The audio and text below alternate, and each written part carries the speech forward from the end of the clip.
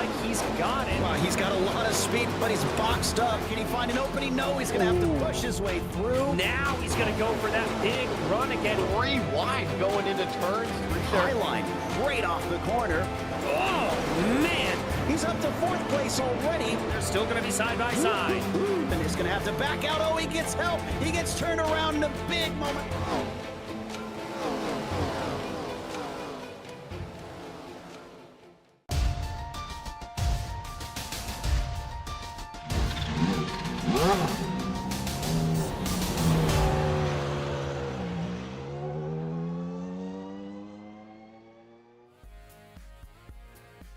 What happens when you put together a stacked field of drivers, place them in Gen 4 stock cars, and have them race for hundreds of dollars?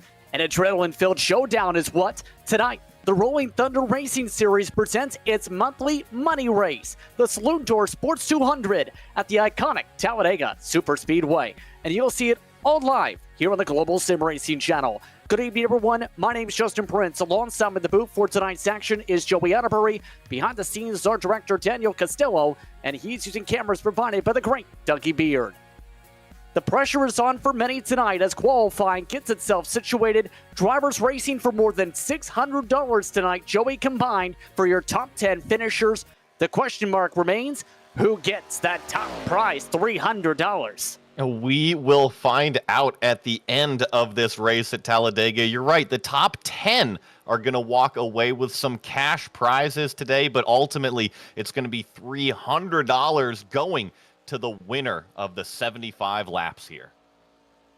And plenty of talented drivers amongst the field of competitors to keep an eye on. Amongst the notables in tonight's field, Daniel Eberhardt III, known for his skills in Road to Pro competition in the NASCAR ladder, as well as his teammate Dylan C. Jones. You also throw in the mix super speedway aces in events like this, like Dylan Drowling, like Denver Lee Turgeson. A lot of heavy competitors looking to see, can they win in this event? It's going to be an interesting mix. I was going through the field earlier just on the timing and scoring, and quite a big gap between the skill in drivers in the iRating out there. So I have a feeling that we're going to have some cars coming from the back that we aren't expecting. And here at Talladega, it's all about who's your friend, how are you going to be drafting all day long. Down to the final 90 seconds of qualifying before drivers get into the drivers' meeting for tonight. Up at the top of the board so far, Brendan Barker. He currently has the pole time over the 12 Joshua Collins. Several others still trying to see if they can bump up their qualifying times to catch up with the 77's 51.6. So far, 7 drivers have been able to match that time on the charts, as a grand total of 29 plus competitors look to battle it out on the racetrack. And with these cars, track position can be important. It can be hard to go from the back to the front in the Gen 4 package. Yes, you'll have to be familiar. You'll have to be comfortable in the draft and be picking the right lanes. And qualifying is about to run out. Just to let everybody know, this was a 5-minute qualifying session, and it is solo. So as soon as that timer runs out, the session, you can probably put in your maybe, a couple seconds worth of lap. But once that timer's out, it's pretty much done. A few more drivers looking to see what they can do. After all, tonight, 75 laps for the main event in itself, 75% the fuel window for tonight. Fuel mileage is expected to be 25 to 30 laps for tonight's action if it goes green. And keep in mind, we are driving with the old style rule package, as in single file restarts for anything past the initial start of tonight's action. As drivers complete the qualifying session, why don't we take a look towards your GSRC track guide as we get ready to learn about Talladega.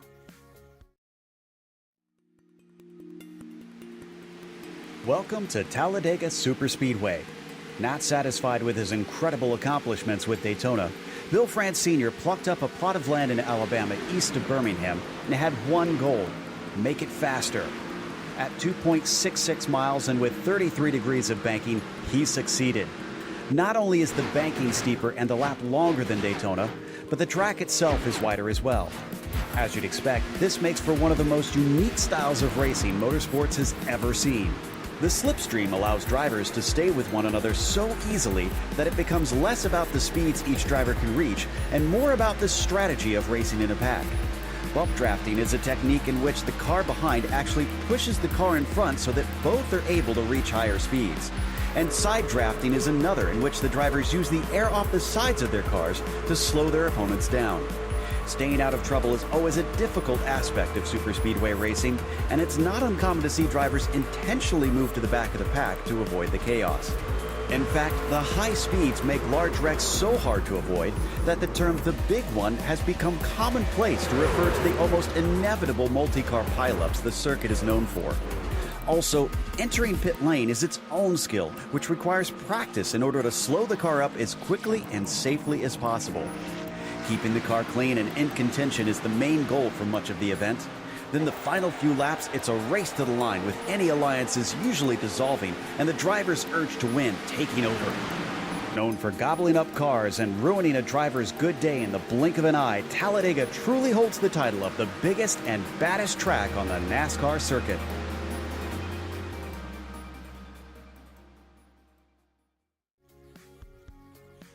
That was a look at your GSRC track guide for Talladega Superspeedway. Now, in turn, as we get ready to hit the high banks for the racing events of Joey, it's important to mention the racing here can be tricky. There's a lot of space here across those 33 degrees of banking, but there's a reason big ones are a commonplace. Yeah, I think we're going to see a big one eventually tonight here, unfortunately. But Talladega, right in Alabama, right along the freeway, actually. If you're driving along there, you can actually just look out the car window and see the track and the big flags out there. You already called it 33 degrees of banking through the turns.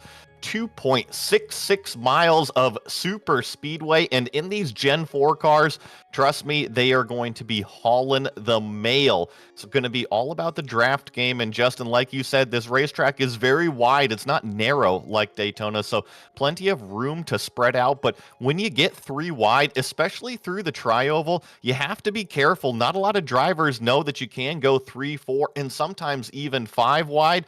I think the most iconic part about Talladega, though, that start-finish line after the tri-oval, a little bit of a different spot than the normal oval, so different winners can come depending on how you time that draft.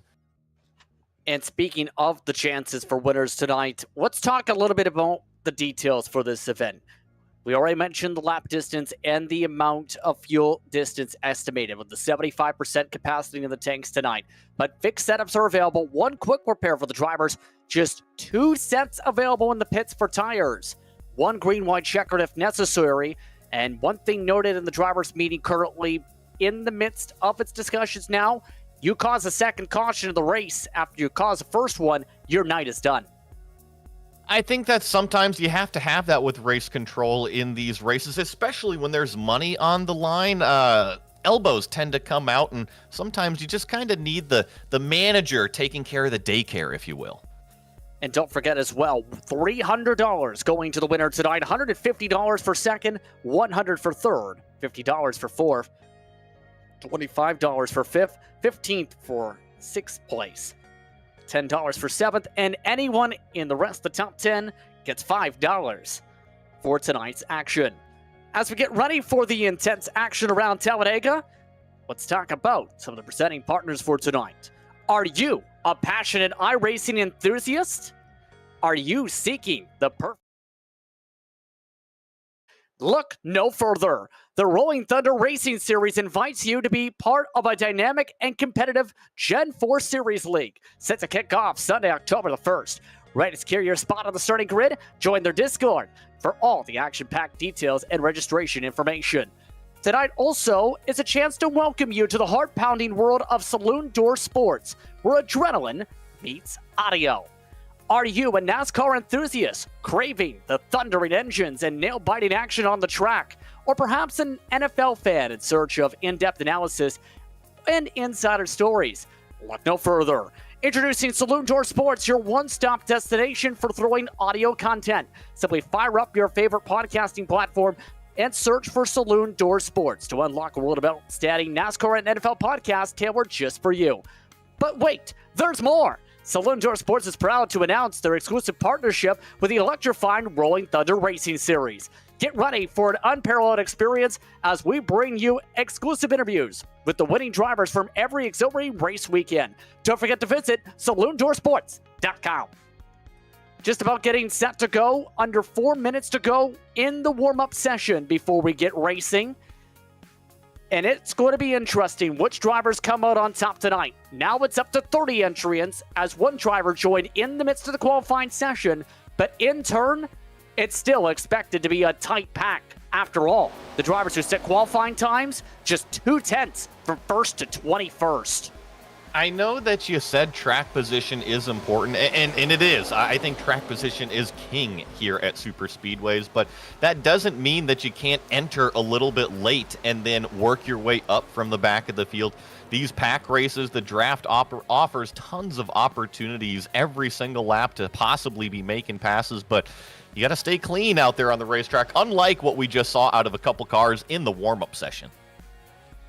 Yeah, that's going to be the most tricky part because remember, with these Gen 4 bodies, they don't line up for bump drafts. You bump someone for any reason, Joey, guess what? You go underneath them and they go over top you, over your roof, slide off the back bumper, and then land behind you. Do not do that. I'm happy you brought that up because, yes, I feel like we're about to see it sooner than later once we get the green flag. And you are right. If you look at the nose on these cars, it is very much a slanted aerodynamic nose where it comes to meet the ground. You look at the back bumper, well, the back bumper is actually pretty high up off of the ground in these cars. So when you try to push with the ultra low front bumper on a very high rear bumper, well, you get exactly that, a wedge that lifts up the back of the car. And last time I checked, when you lift up the back of a car that's racing, it loses grip. That's never a good sign. Yeah, I can say at the very least, you do that tonight, you likely caused the big one. Still about 2 minutes or so on the timer before drivers get themselves situated ready to go. Drowling is the leader in final warm-ups, by the way. Rickett, Dula, Hansen, once your top drivers. Now it's going to be interesting as well how some of these very competitive competitors try and match up against one another. We talked about some of the big names. Going to be interesting which names make themselves well known, especially for when the league gets itself going by October. I'm seeing a few ones that I recognize. Eberhardt is in here, and I'm looking through the iRating as well because there's some impressive iRating out here. Jones in the number 3 car. Also see Johnson out here in the number 38 with a 4,000 plus iRating. So it's going to be curious. I wonder, are these guys going to be at the front kind of dictating the pace, or are they going to be showing everybody else how the draft works and moving their way up? That's going to be important to keep in mind. And drivers already mentioning the importance, too, to consider lap traffic management. That's something that will likely pop up as the night pops up. Drivers already discussing on the radio how they'd prefer to reach lap traffic in this type of situation. It's always nice to discuss, but trust me, it never seems to work out how you want it to when you're inside the race car. So, like I said, it's a nice plan to have, but I think always you got to be ready to think on your feet. Looking on board, this is from Rickett. Driving in the Jeff Gordon paint scheme, the number 24 for Good Soup, Billy Rickett specifically. And he's amongst those who's put in a lot of practice time in this session, more than 20 laps coming in before the qualifying, but also in particular, good starting position. One of the drivers we'll see up towards the front. He gets that starting grid in about 30 seconds time. Of note, when it comes to that qualifying session, by the way, 22 drivers took time, 8 drivers electing to start at the back. It just so happens, 2 of them, some of your heavy hitters when it comes to expected performances here tonight. We'll get to that once these drivers finish up that warm-up session in the next 5 seconds to get themselves towards your starting grid. Just about all set for Thursday night money race action for Rolling Thunder, as we see which drivers can roll through the thunder clouds and come up on top with the W. Let's take a look at your starting grid tonight here on GSRC. Up on the pole tonight, set the time very early in the session and held on the rest of the way. Brendan Barker up on the pole. That's by a couple 100s over the 12th car of Joshua Collins. Row number 2, Justin Rideout, started alongside the 89 car of Jared Hayes. In the next row, the 24 of Billy Rickett, alongside the 11 of Michael Miller. Behind them in row 4, the 18 car of Dean Gaglino, alongside the 35 machine of Bo Tiffany. Proud of your top 10 tonight, Matthew Dula. And in the 10th position, looking to have a little bit of fun, is Jordan Burblay. In the 11th place spot, we have the number 2 car of Michael Larch. Next to him on row 6 is Anthony Green in the number 86. Then in 13th, we have Dylan Dreiling. Next to him on row number 7 is going to be Jared McCord in the number 99. In 15th spot, we have Jake D. Collins in that number 54. Joshua Suss next to him in 16th place. Then we have Denver Turgeson in the number 44. Next to him on row number 9 is going to be Ryan Johnson driving the number 38. Then in 19th place, we have Scott Freeman in the number 28. And sharing row number 10 is Ryan Perrone, driver of the number 50. The last 2 drivers to take time are in row 11. Jason Temmer starts 21st. The 51 car alongside him is Randy Nichols. Everyone else did not take times. Keep an eye on the next row. Row 12, they are teammates. Daniel Eberhardt III and Daniel Jones, of the 90 and the 3 respectively. The 69 is Stephen Williams alongside the 88 machine of John Ferry. The 32, an air driver to watch for, Mikey Williams, looking to have a happy time in his Hooters machine alongside the 73 of Robert Noble. And starting at the back of the grid, the number 98 is Darwin Hanson, and the 5 is driven by Bobby Forbes. That's a look top to bottom at your running order for tonight's action here on GSRC, the Saloon Door Sports 200. Joey, your keys to win at Talladega. Stay clean out there. We got 75 laps, and as we look at the weather here, it's pretty mild temps, 10 miles an hour on the wind, but I don't think it's going to be affecting the cars too much. But I think if you want to get that $300 at the end of tonight, you got to stay clean. You can't get caught up in the big one, and I think, like you were saying, if you don't want to get caught up in the big one, track position will be key. Who do you think's got the best shot, in your opinion, and why? Oh, boy, that's like rolling the dice here at Talladega. I'm not even going to throw a name out there until we get past the halfway mark. I'll keep you to that. But now, 30 drivers set to go racing here at Talladega. Glad to have you with us. This is the Rolling Thunder Racing Series monthly money race here at Talladega Superspeedway. Barker in control. Collins on the outside. Green flag is out. We're underway from Alabama.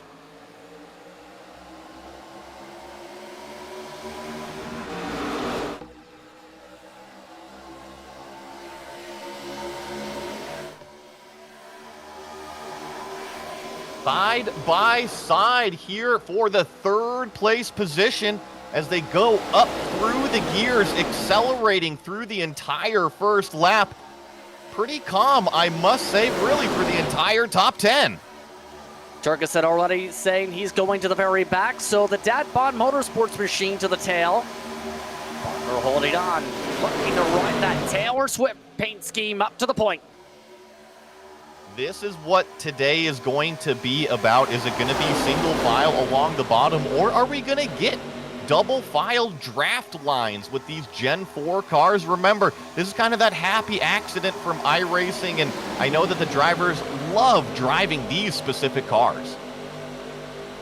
Already a change coming for the race lead. Right out, trying to let on outside Barker.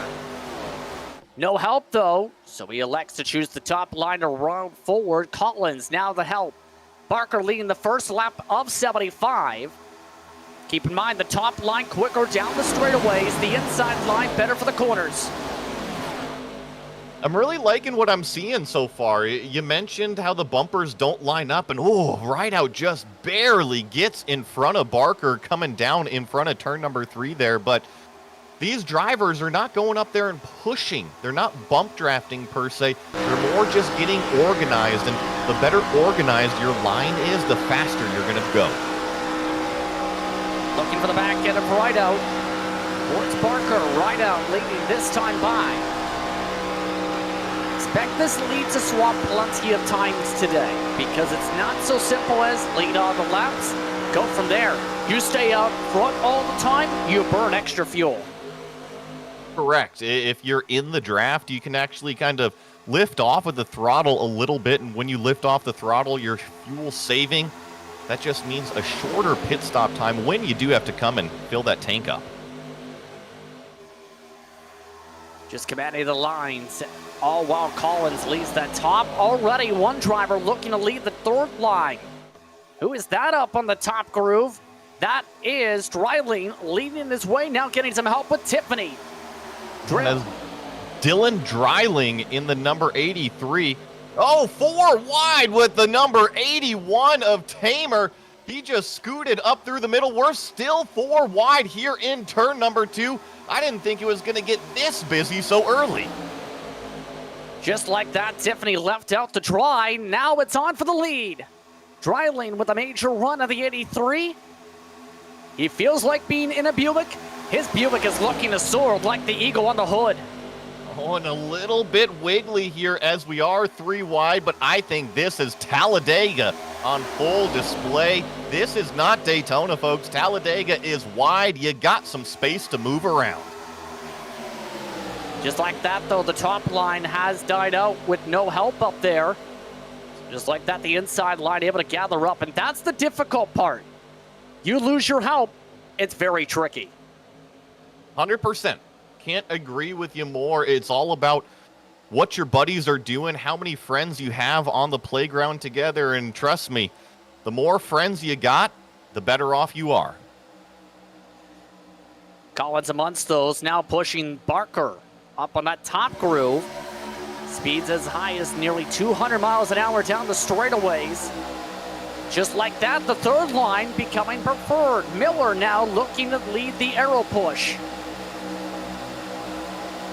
You mentioned the speeds, and I mean, it's extremely impressive what this entire pack is doing as they cross start-finish line. I'm seeing 199 miles an hour as they're 4 wide. Oh, a little bit of contact. We got a wreck. That's the 83 around. Several cars involved in this one. It's kind of a miniature big one.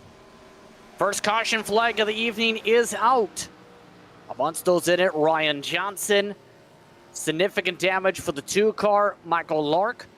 Daniel Eberhardt having to come to a full stop with his teammate in Jones. Accord picking up some damage as well. And we're under yellow for the first time at Talladega with Rideout in the lead. Another driver is spun out around. That's the 83 again. Yeah, that's Daniel Dryling in the 83. And remember, this was the driver. He started back in the 13th place position, but he was making some incredible moves up on that very top lane, was really using that momentum. And we saw some moments of 4 wide through the previous couple laps, and eventually in turn number 1, they just a little bit of a door rub. And when you're doing 200 miles an hour, it doesn't take much to send you off into the wall. So at least 10 drivers involved in this incident, lots of damage abound. And there is that fast repair available, likely going to be the case to be utilized by a majority of your front runners with their first major crash. Just like that as well, Rickett, who had dropped a bit towards the back, gaining lots of spots. Others, not so lucky. And when I went back and looked at this, Justin, you know, I really feel like maybe the 83 might be an innocent bystander. I really feel like it starts with the 81 and the 77. Tamer and Barker, these were the 2 cars that were basically 4 wide going into turn number 1. I think that's really where it all starts to fall apart. Let's take a look at a quick replay as the majority of your race leaders stay out with the early caution flag. Here's Johnson, the 38.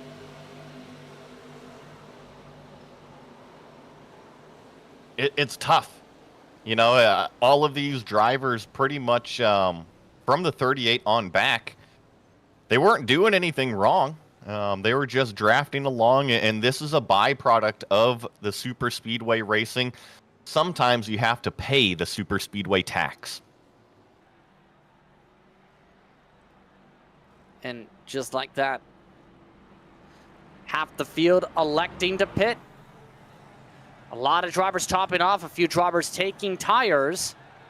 So just like that, strategy already coming into play, with this making it fairly tight in terms of how the windows break down the rest of the way. First one off the pit lane, by the way, is Jones, followed by Eberhard, 3 and 5 seconds respectively. These two cars both came to a dead stop at the time of the caution. And sometimes all it's needed is a little bit of a mental reset as well. A lot of these drivers going to use their fast repair. It doesn't look like Dreiling is using his fast repair. Now, the alternate thing you can do, the pace laps, well, the yellow flag laps here at Talladega, they're very long. So if you're going to be able to come down and get that stuff fixed, you might as well let the crew hop over, try to get as much fixed as possible, save that fast repair for possibly when you need it later. Some drivers already taking damage repair as high as 1 minute and 21 seconds plus. Ride out getting set meanwhile. Want to go signal next time by. So now what's going to be the mark on those who are okay on the fuel is going to be an interesting question. Jones and Eberhard were the only ones to pit who were not in the midst of the chaos. Not only that, but remember, you covered it at the top of the show. We do the single file restart here. So it's not the traditional double file. A little bit harder to make up that ground. We always think, well, a restart, it's a perfect opportunity to start advancing up positions. Well, with these rules, it makes it a little bit more difficult. In your opinion, what's the best way to time things up without jumping the start or causing a 20-car stack up? Be polite. I think that you nailed it right there, is don't jump the start. It's so tempting to try to time that green flag, but actually the better off you are is just staying in line, getting rolling with everybody. If you are that variable trying to jump the start or carry the momentum, more often than not, that variable kind of causes a mess. As mentioned, want to go signal now this time by. Some of the drivers with the damage still going to have a long way to make it to the rest of the field. Who's leading that field? Well, it's right out. Still up at the top. 7 laps led. All but 1 under green so far. Rickett, Tamer, Haynes, Miller, Gagliano wants the top 6. Down that Talladega super stretch. Down the Alabama gain super stretch, should say. Green, Collins, Barker, Timpany, your top 10. First ones to pit, 13th and 14th. Behind that, drivers who have either gotten damage repair already done or have taken the fast repair. What you're going to see is all of the competitors line up pretty much towards the outside of the racetrack here. And Justin, you can correct me if I'm wrong, but basically the restart rules on iRacing is that you can't pass a car underneath you in the alternate lane before start-finish there. So what they're doing is they're protecting that outside lane so that way the leader can get rolling and everybody just kind of gets going nice and smooth up through the gears. Now, if you're talking about in terms of how iRacing codes it, technically you can pass on the right. If you're talking about the event complexion, very much so not. Preferably wait till the start and finish line. So we'll see how these drivers time it up. The restart zones aren't fully initiated for in the sim tonight, so we'll see when Rideout elects to ride onto the gas. Single file restart. All 30 cars still in the field, waiting all the way to the green flag, back underway, and a very slow roll into the gas for everyone. But on the throttle and up through those 4-speed transmissions. Make sure you don't miss a gear, and there goes the entire pack from that top outside lane all the way down to the yellow stripe around turn 1 and 2, and it does take a full lap for these cars to get up to speed. Looks fairly calm up at the front outside of Rickett, trying to make the pass for the lead on his own, and does it. It's 3 wide, meanwhile, at the back of the field with all the damaged cars. Fight for your life and keep in the draft as much as possible. I think the story right now is if you're in the back of the pack, don't lose the draft. Lots of back and forth for the lead. Right out, finding some help from Tamer. The 81 going from the back of the field to the front, 21st to 3rd. He was your second last qualifier. What I picked up on right there, though, is that Rideout lost the lead because he was a little bit too far out in front. But then once he got hooked up with Tamer, I mean, the momentum that they carried straight to the front of the field, that's what you need. And be careful about that if we have a late race restart. Already can see the top and middle line starting to die off on tempo. Miller leading the top groove. Middle lane being led by Haynes. And already getting a little bit darty as there goes Eberhardt on the charge. 3 wide with the number 12 car of Collins making his way up through the middle. And I'm noticing of these cars that have pitted, you're right, it really is. Eberhardt in that number 90 starting to make his way up inside the top 10 already.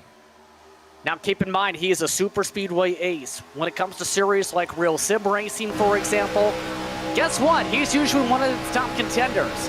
However, Andrew Freenosh, amongst one of his teammates in that series, usually see him in the opposite of this because, well, they usually try and fight for the race win in the end, get involved in the big one. They've tried every other strategy in that respective series. Eberhardt seems to be saying, let's go to the point. Look at him trying to side draft off of the 77 of Barker right underneath him. So you're right. I think Eberhardt is very familiar with this style of racing, these style of cars, and I think he's trying to kind of pull out every trick in the book right now. Now he moves to the top side because he sees the number 3 of Jones coming all the way up on that very top lane, just trying to manage whatever run behind him to try to help propel himself forward. Expect those two to be hooked up this whole race, though. Especially when it comes to them trying to work together. I mean, friends are where you find them in. It's very helpful when you find your friend on the other side of your Discord server. You mentioned lap traffic. There is the first case of it that we just saw. That was the only car one lap down. That was Forbes in the number 5 machine. But thankfully, he stayed way up top to the racetrack. Doesn't affect the pack. So our first driver lap down is the 5. Everybody else is in the main pack for the most part. 18th on back has lost a little bit of ground as a result of their damage, though. So a few of the drivers, remember, with that 3 wide, already losing tons of ground to this entire Hornet's Nest.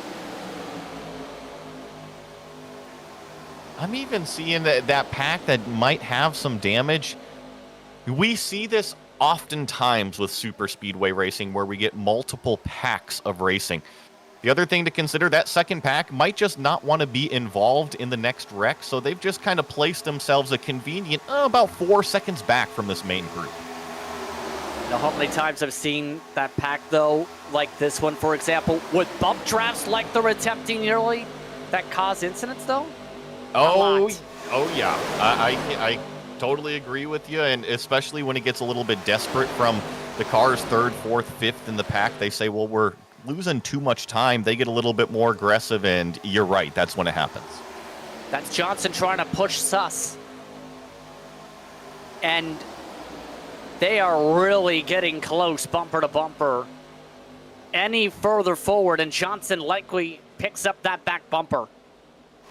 Right there is where you have to be careful of it. Entering turn number 3 or turn number 1 for that part, really want to have all the tires on the ground. Haynes amongst those looking to, well, be shown the money. His car says it after all in that 89. Well, here in the Rolling Thunder series, money is what it's all about. $300 going to the winner tonight. Right now, Haynes in that number 89 car sitting in the 8th place position. If that tracks right, what is that? Is that $10 that's going to be paid out for him? $5 for 8th place. And expect that to really intensify when it comes to money pay time. Lots of marbles being kicked up all of a sudden. No contact, though, in the pack. Not sure where that came from. There is some door contact for Collins now in the right door. Well, yeah, that you're right, and maybe a little bit of the spec map and reflection going on as well, but when you're traveling 200 miles an hour, we'll have to keep an eye, especially on the noses of these cars. You don't want any aerodynamic damage. Yeah, the damage in this type of race car. Very, very off-putting in terms of the tempo very quickly. Rideout, though, seeming to want to be the Pied Piper. No one's been able to build up a run on this 8 machine. In fact, no one for the past 5 laps has been able to get alongside Rideout. Something to keep an eye on, too. We touched on the fuel window, and things have seemed to calm down just a little bit, so I am going to mention it, but green flag pit stops are a very real possibility. That was a talking point during final practice from some of the race administrators. Make sure people had practiced that, especially with how chaotic some of those entries can be. It's worth noting as well, this main pack running the 48 4s. Over the radio, there has been a lot of discussion in that second pack, 18th on back still, 6 seconds back of this main group. They are up to 4/10 off this side-by-side group because no one can choose who wants to be the leader of that pack. If you notice on your pylon, once again, swapping who's leading the pack. Denver Lee Turgeson tried it. Now Johnson's trying it, but Suss wants to lead it. No one can decide who wants to lead the pack. Yeah, they're 3 wide back here. It's almost like they've got a race amongst themselves in a separate class, the damage class, if you want to call it. But I think that if you want to get organized back here, probably what you need is the cleanest car out front, everybody else pushing. And they need to figure out a way to close up this time, to be quite frank as well. They're outside the money, and if this goes green, there's a chance they don't get there. Because you lose the draft, it is massive. Even in a smaller group like this, and especially with how they're swapping, they are holding each other back with the side draft. Yes, 2 wide racing back here is exactly not what the 69 or the number 14 want to see. You got to get organized. We've talked about it all race long. The better organized you are, the faster you can go. Well, side by side, not very organized. That's Williams, for example, who is also amongst those trying to get some momentum on that top line. Let's go 3 wide again, shall we? And again, someone needs to lead the pack and be the commander of it. I agree. I totally agree with you. And sometimes it's difficult to get the daycare in line. Speaking of who's in line, Tiffany's been able to get that outside line in check. Getting alongside a rideout for the first time in a while. Losing ground to get on that top groove. And don't be surprised to see the 90 try and go up the middle at this point. We've seen it in the past. It's very tempting to go up that middle when they're leaving 2 car lanes between the lines. I've been watching the number 90. And exactly what you were talking about, there's been some open doors, and he's thought about poking his nose 3 wide in there, and I can't agree more. The temptation is there. It's just up to the drivers if they want to take a bite out of the apple so soon. Expecting pit stops within the next 5 to 10 laps, by the way. Tire wear starting to come into play. Some drivers having to stay to the top as they get lapped on by, but others are starting to struggle to hold on to the bottom of the racetrack. Even the middle line, those bumps in the trial for in particular, something people seem to forget sometimes. Those can bounce you off the groove, and some of these drivers are sliding even on the smoother parts of the banking. What we also have to remember is that these bodies, they're older cars when it comes to a race car that we know. They don't produce nearly as much downforce, so just the overall grip level, not sometimes what to be expected if you hop out of something like one of the brand new Cup cars. And even then, with the brand new Cup cars, it's not as simple as keep the gas pedal down and go. You do something as simple as change lanes coming off the corner exit. That next-gen car goes around. Very similar with this car at times. Looking back at the second pack again, they are now nearly 9 seconds behind your leader and are still going for tandem drafts. I've seen the 14, and I believe it's the 51 of Nichols. They're paired up on the bottom. It's this top lane. I believe it's the 73 of Noble. I feel like the 73 thinks he's just as fast, and so he's trying that outside lane. And I would just be curious, Justin, if they do get organized down on the bottom for a few laps, what happens? Do they go faster? And if they don't, then sure, go back to racing and having fun. It's amongst those who had a 6-second pit stop, topped off a second time around to try and go further. The time pit stop window opens. And already starting to see even that aggression level starting to go back down because they know they're getting close to that mark. You do not want to be that driver who says, I need to pit now from the third line. It can get confusing, especially when you're jumping on the brakes. And in the virtual world, we can't put our hand out the window per se. You know, you can come on the radio and announce it, but not everybody always hears that. They could be listening to their spotter at that time that it's announced. So eyes up all the time. And look at this right here. You can't see very much in front of you either. Yeah, these cars aren't transparent. Can't really see through the windshields of each other either. Lots of near contact is what this car is not seeing, because Freeman has been outright loose in front of these two. You mentioned the tire wear. Well, these drivers up front, they're currently working 25 laps. They haven't hit it at all, so they are approaching the end of that fuel window. And yeah, when you approach the end of the fuel window, generally those tires, they are screaming to come off the car. After this point of pit stops coming up, expect drivers to make it one more because they have reached a third of the distance through tonight's race. Haynes and Monstos having to drop back because some of the others want to get to that bottom groove. Already some contact to the wall. Well, and I think coming off of the previous lap, the number 11 of Miller, we saw a little bit of a lane change coming out of him. I think he got checked up. He has some front left damage on his car. Remember, some drivers do have some of the damage from before. Miller amongst those who has picked it up as the run has gone on in part. That's made it a little bit worse. And guess what? The tough thing is when you have damage like that, you don't need not just a car behind you, but in front of you to maintain. He doesn't have anyone in front, and he's pulling the 7 back with him.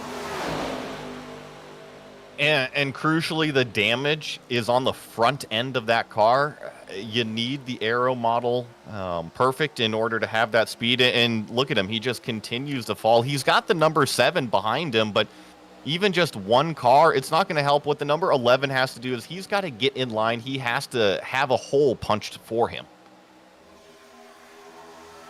Now here's the interesting mark.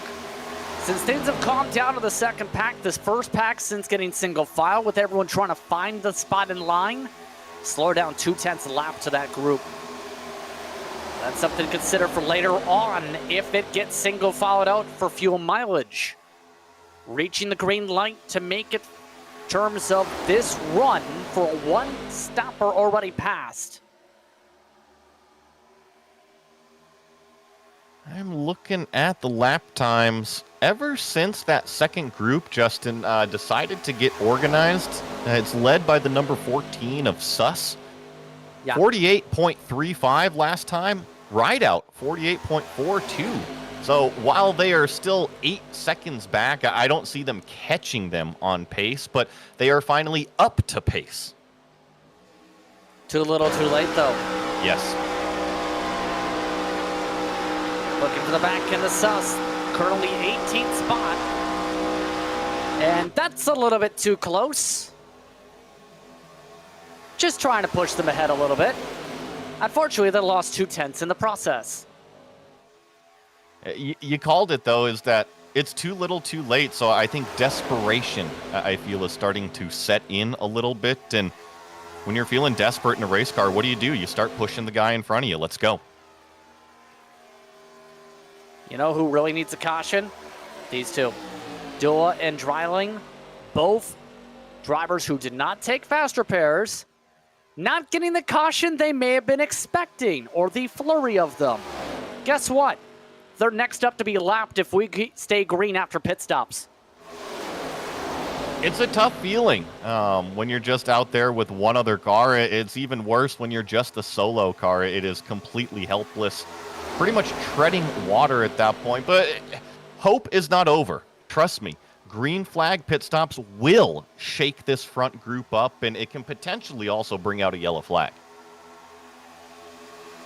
It's worth noting the top line starting to say, let's gain some ground before we peel into the lane.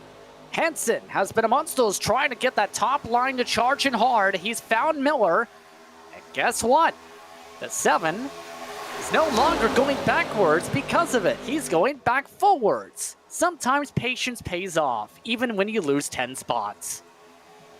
Yes. And crucially, he has a car in front of him. I feel like if Miller goes out in clean air again, I feel like we're going to see the exact same story. But as long as he keeps, let's see here, what is this, the 98 of Hansen in front of him, he should be okay, at least, and then come down and get some of that fixed during the pit stop.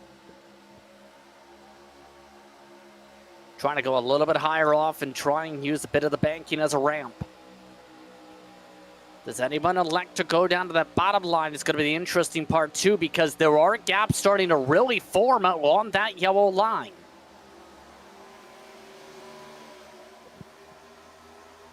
I'd be curious to know. I know that the single file restarts aren't what we usually see, but with the alternate rules, is the yellow line rule still applicable, or can the drivers go below?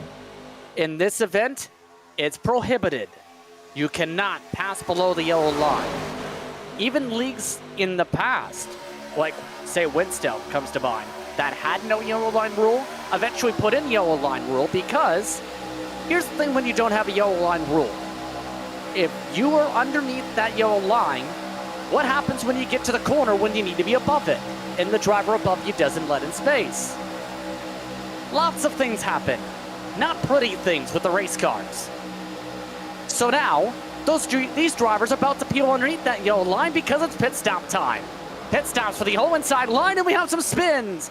Barker spinning around, so is McCord. Caution flag is out.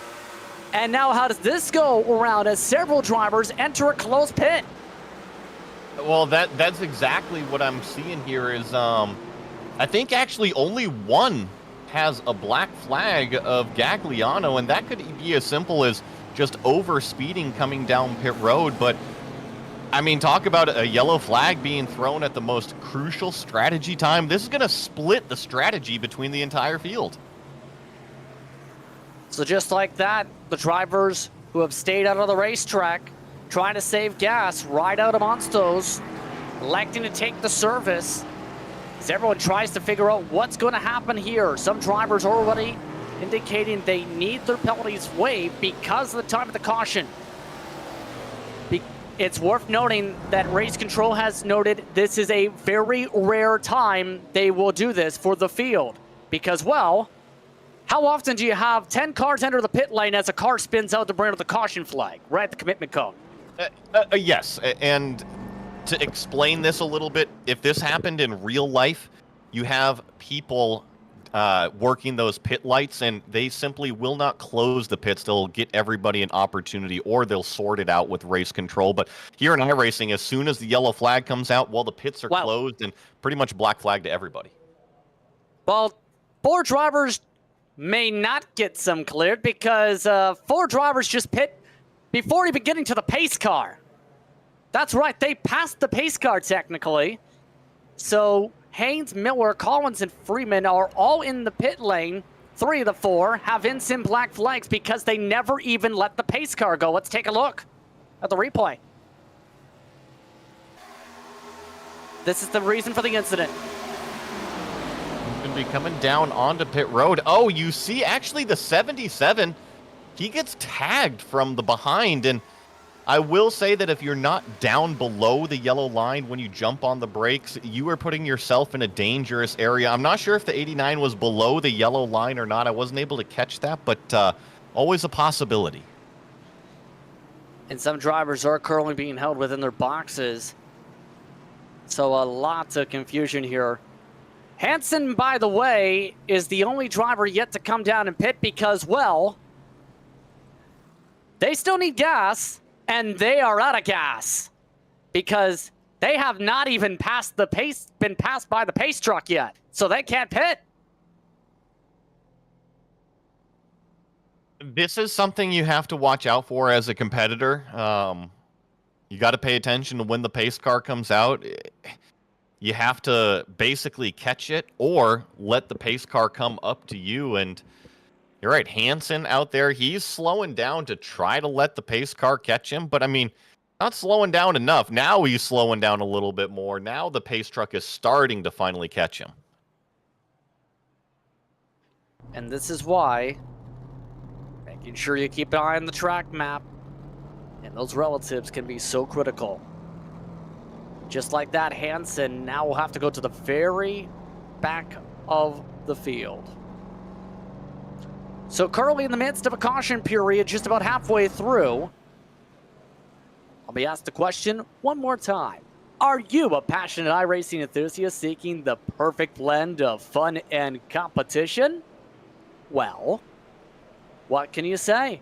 Look no further.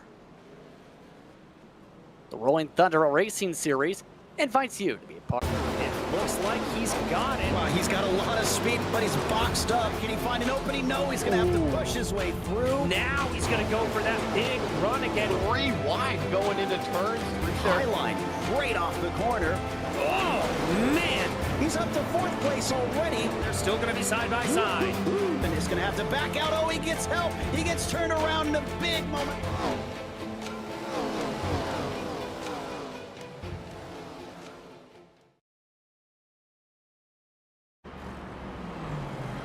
Welcome back, everyone, to GSRC's coverage of Rolling Thunder in its Thursday night money race. An eventful sequence just before the halfway point after a caution coming out right at the start of the pit cycle for the first green flag stops of the race. Again, the situation is as follows. At least 4 or 5 drivers did not let the pace truck by before they enter the pit lane. Race control has elected to wave those black flags on top of the black flags for drivers entering the closed pit lane during the chaos of the caution flag at the back of that lead group. Also, an EOL penalty has been awarded to the 99 car of McCord, so they will have to start at the tail. Hansen, as well, just had to have a 57-second pit stop as they ended up having to go to the very back because they had not let the pace truck by for the entire lap and had to pit on a different lap than everybody else in the field.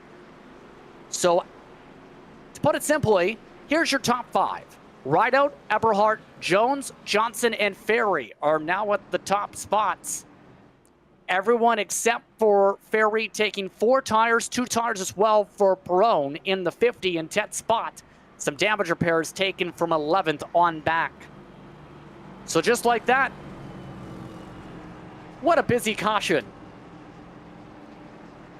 Busy caution indeed, and it throws a wrench in the strategy because not everybody can make it from here. They will have to pit one more time. About 40 laps remaining. As we get right out approaching that restart zone.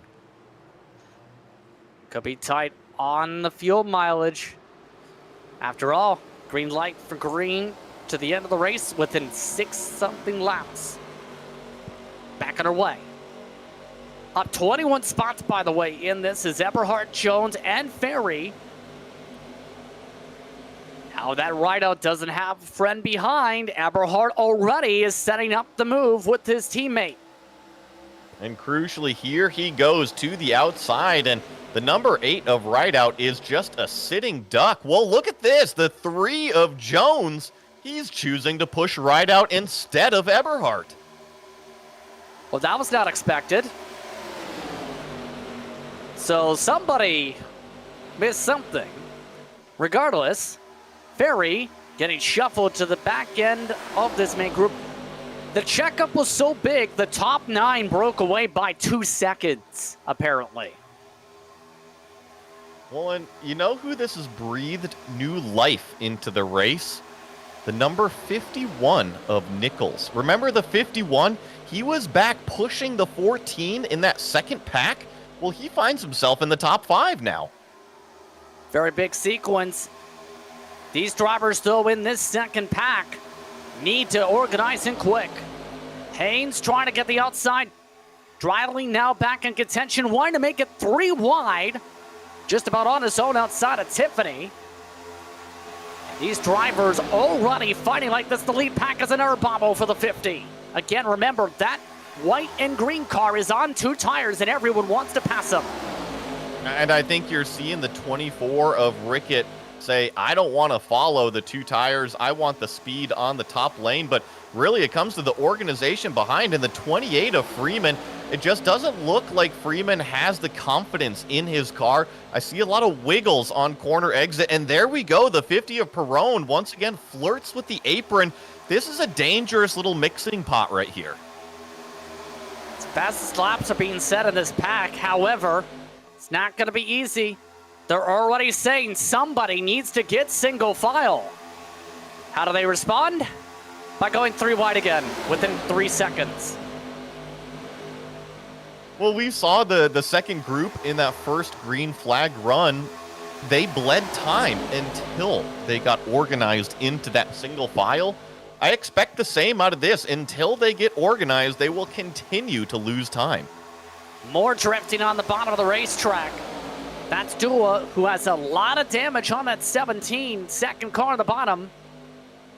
Run is hitting the apron, meanwhile, trying to hold on to his car. Tiffany just trying to pick a line, choosing the bottom this time.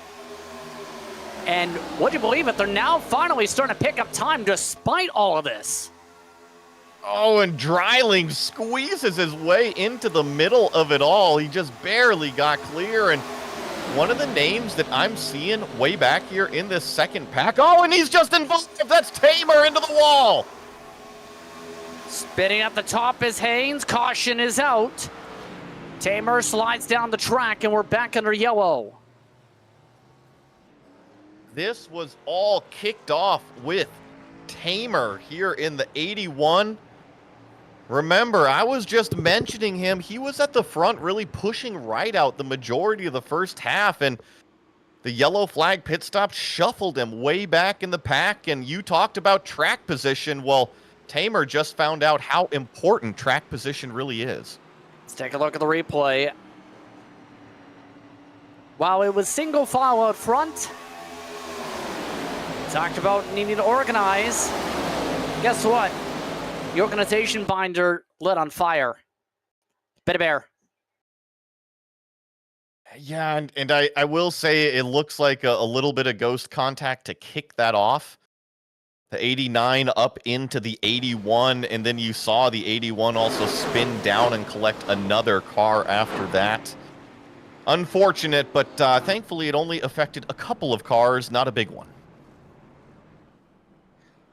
So just like that, the top 9's cushion of a couple seconds is gone. Tamer, one of the fastest drivers in this race, out.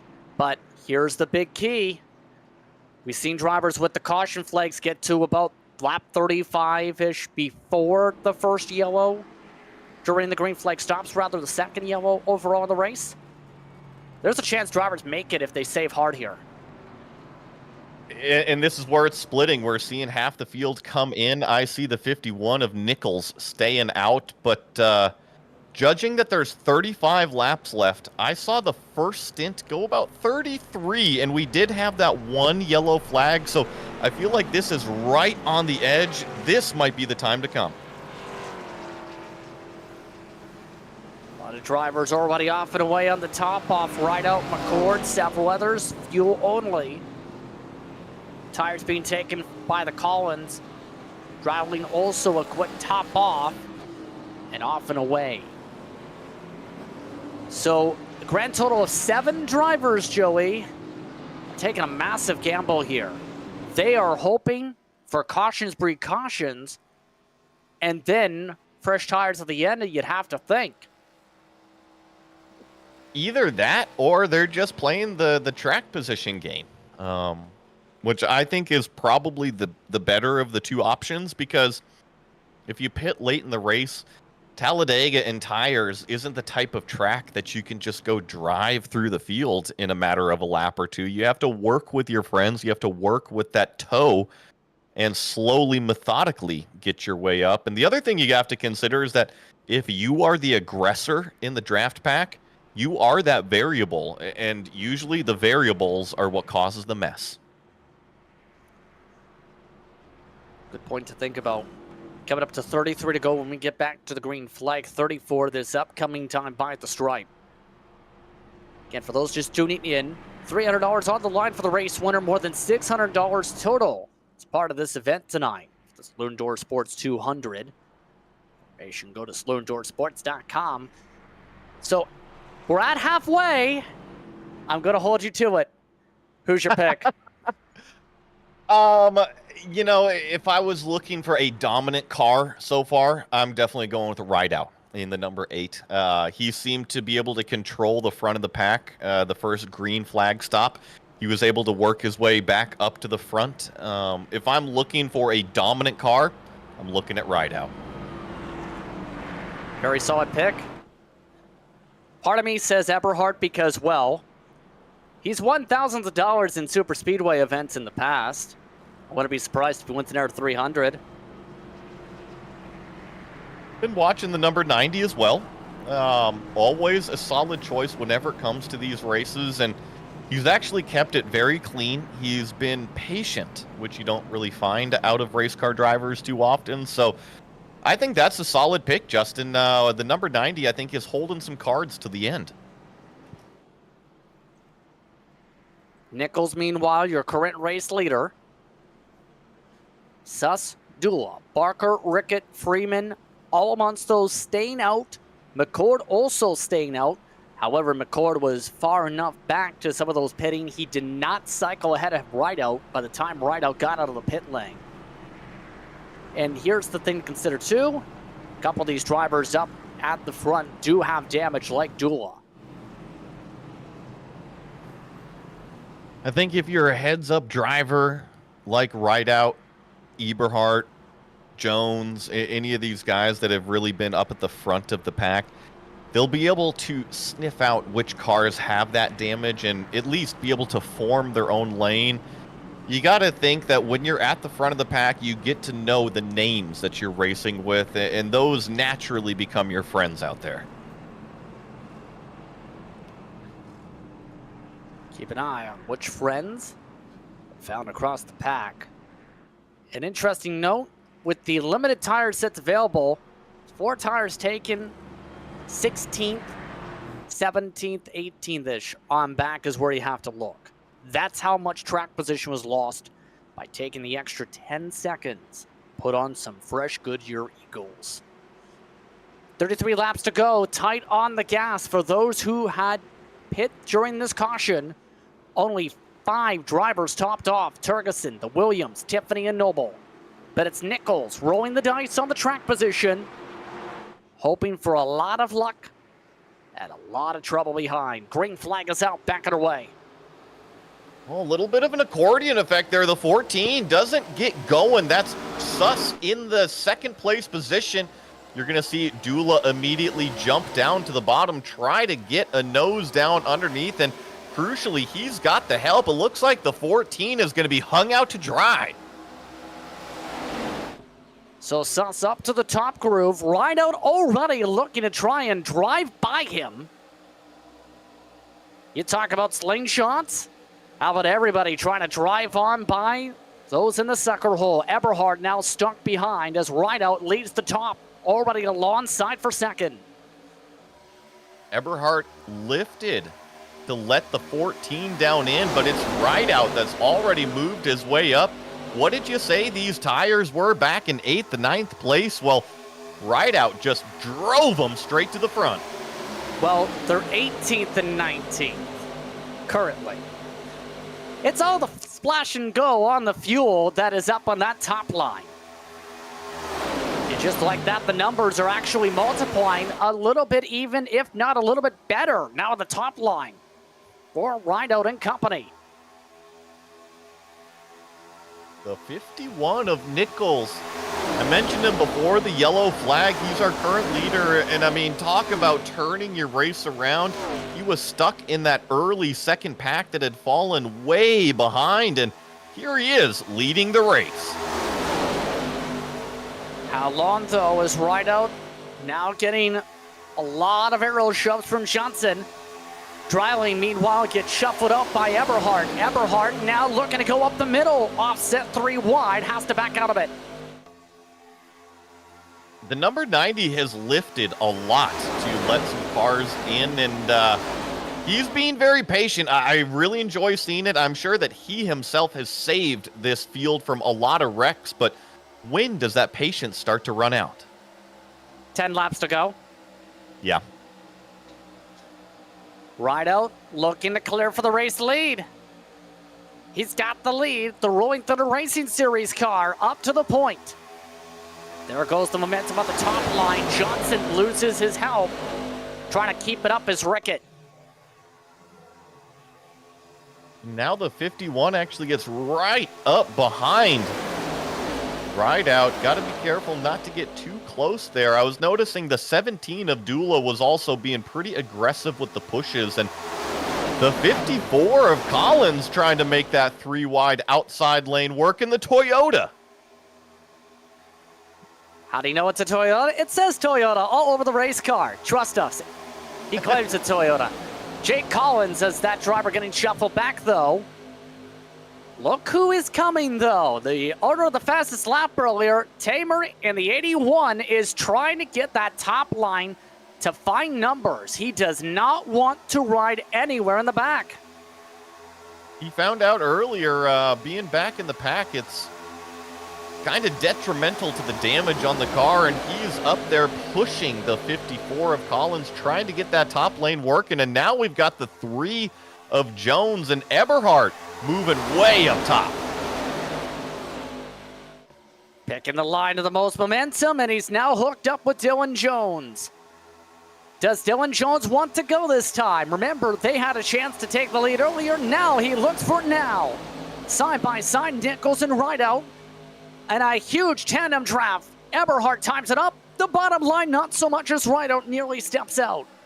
Yeah, Rideout almost lost it going into turn 3, but it's up through the middle. Nichols battling with Jones, and here comes the momentum down on that bottom lane, but what impressive racing. We're 3 by 3 by 3 for the top 10.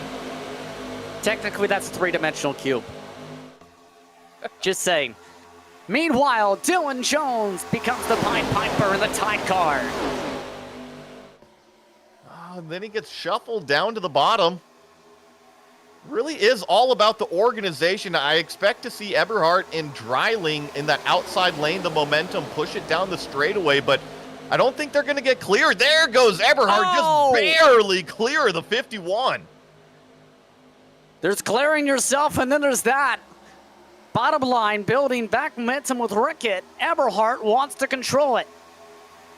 So now Nichols, who has to come down, still leading the pack about halfway through his fuel run, 27 laps to go.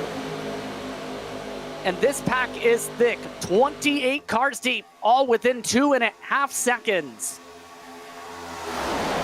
Did you say 28 laps to go? I could have sworn the way they are racing right now that there's 5 laps to go, is 3 wide again off of turn number 2. I think the combination of the fresher tires and just everybody's comfort level, things are spicing up. Yeah, I think they're driving like there's a decimal point in that lap total, you could say. But Nick Eberhard doing what he does best on the super speedways, leading that moving as much as he can. You know who also likes to do that? Tergeson. He's coming 3 wide on his own. Now he gets some help from the Toyota. The 54 going up and trying to push there, and It's curious because the top lane seems to have some momentum going down the straightaway, but it really is only down the back straightaway that they can potentially clear the other lanes through the tri-oval. It doesn't seem like they get that complete run.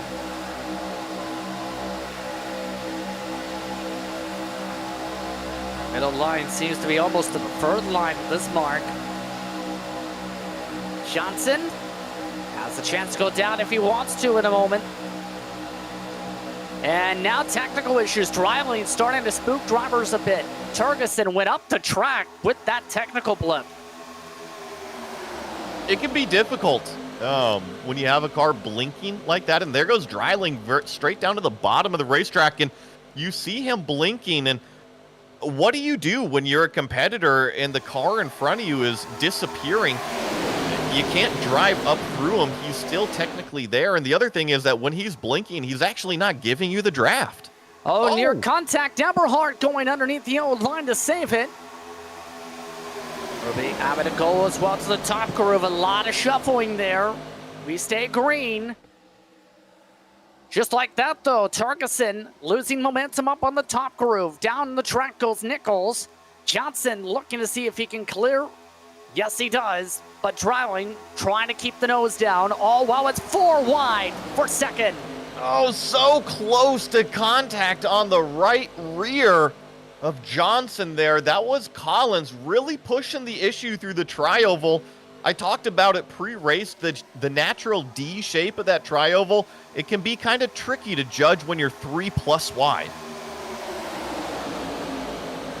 J.D. Collins having to check up a lot. Turgeson very committed to that top groove, though. Knowing him over the years, he does not like to be outside the money, let's put it that way. He likes to have fun. His car's sense, though, after all. You have to be fun to drive with a team called Dadbod. That's a major series team, by the way. I'll take it. I'd fit right in. The side-by-side is on for second. Collins thinking of a poke. Dreiling stays down there. 23 laps to go. I'm curious about what Nichols in the 51, his strategy is, because we've seen all the other cars that have led the race. They try to dictate which line they want to be in, and oftentimes it's been the bottom lane, but Nichols in the 51 has been dedicated to the middle lane. He has not wavered down low or up top. He is stuck right in there in the middle. And in particular, Johnson has been absolutely committed to that rear bumper, helping him as much as he can without making contact, of course. But so far, that new Caleres Brewing Company machine has been the best friend to the 51. And I think until we see somebody go up there and do something different, the middle lane is going to be the preferred lane because it is able to carry a little bit more momentum of top speed down the straightaway than the bottom groove. And during the tri-oval, it is the shorter distance than the very, very top lane. So when you talk about start-finish and where the checkered is going to fall, watch out for that middle lane. That bottom line still rolling the best in the corners. Lots of laurel, though, from Eberhardt. Dreiling losing a lot of it down the straightaway. And with 21 laps to go, lots of pressure, because here's the thing. If they keep on racing like this, not only is there the factor of pit stops, there's the factor of lap traffic. Only 2 cars in the entire field are not on this main pack. Forbes and Noble. Forbes is up the straightaway. Noble is currently about a quarter of the track ahead of that. Where do you go when there are no available lanes for a lap car? I think that you have to be smart with how you get 4 wide. You know you can go 4 wide. We've seen 4 wide racing, but the other thing is if the lap car is aware. Oh, problem! The 7 got turned around coming up out of 4. Caution flag is out. Take that out of the equation. And we're under yellow. Haynes again with a slide up the track. A few others already rolling to the pit lane. A big crash with at least 5+ cars involved with 20 laps to go. Justin, I think that this was all kicked off between contact from the 98 trying to push the number 7 coming up out of turn number 4. You mentioned how the cars can kind of get underneath the rear bumper. Well, when you're still turning coming up out of turn number 4, I think that's a case that we exactly saw right there. The 7 got loose because he was getting pushed too early. Rube as well as Haynes, mandatory damage repair. Also, one driver entered a closed pit in the 32 of Williams. Let's take a look at the replay. We talked about the viewpoint. Let's break it down with the tape. Watch the bumper. Gonna come from behind the number 7 here. Just barely the slightest of touches, but when you're still turning coming up out of turn 4, it's still the danger, the no-no time to be pushing. Bit of tempers on the radio for a quick moment. But now, how does this go? Nichols is coming. Dreiling is coming. Johnson and several others are coming. Looks like most of the field electing to play it safe for the top off this time. This is very interesting. I was expecting maybe, Nichols and company who hadn't pitted last time to come, but I wasn't expecting the whole field. Everybody's going to get some tires. I mean, the safe window estimated by race officials was lap 30. So, looks like most drivers may also be factoring that green-white-checkered. First one out, Daniel Eberhardt, splash and go. Johnson on 2 tires next. Nichols, Tamer, Jones, right out your top 6. I was noticing a few drivers sliding through their pit box trying to come to a stop, and that's got to be a tough mistake to make so late in the race, just losing some track position. There is one bright side for one driver. Remember the 5 of Forbes and how he had lost the pack a couple times with that risk of falling a second lap down?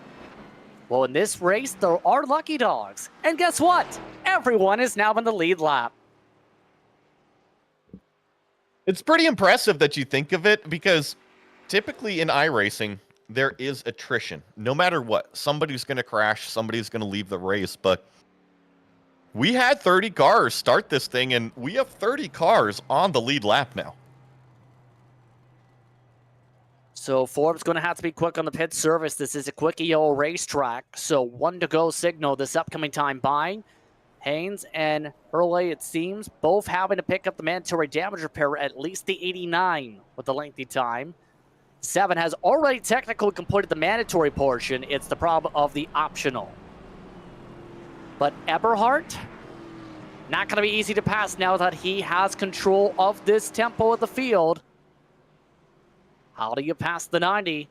Looking like we'll have a 17-lap shootout in this race. I think if I'm the driver of the number 90, Justin, probably the most dangerous part is the restart. Remember, we've seen the leader get really good launches and be able to drive away from the field, but it takes a full lap to get up to speed, and if the cars behind you get paired up before you, well, I mean, they are just going to drive straight around the leader, and it could pretty much be a sitting duck waiting to catch the draft. So Haynes out of contention here. Stankovic said potentially for Burley, but he did get back on the racetrack at least. Williams and Munstle's topping off. So it's Eberhardt, Johnson, Nichols, Tamer, and Jones, your top 5. Rideout, Rickett, Barker, Ferry, and Dreiling, your top 10. The first on 4 tires is Dreiling. Definitely Turgeson also doing the same. Drawing back to the first half of the race, Turgeson and Dreiling, those were 2 of the more aggressive drivers. They really tried to make that top lane work a few times, and well, now that they are on brand new fresh tires, I have a feeling something similar is probably going to happen.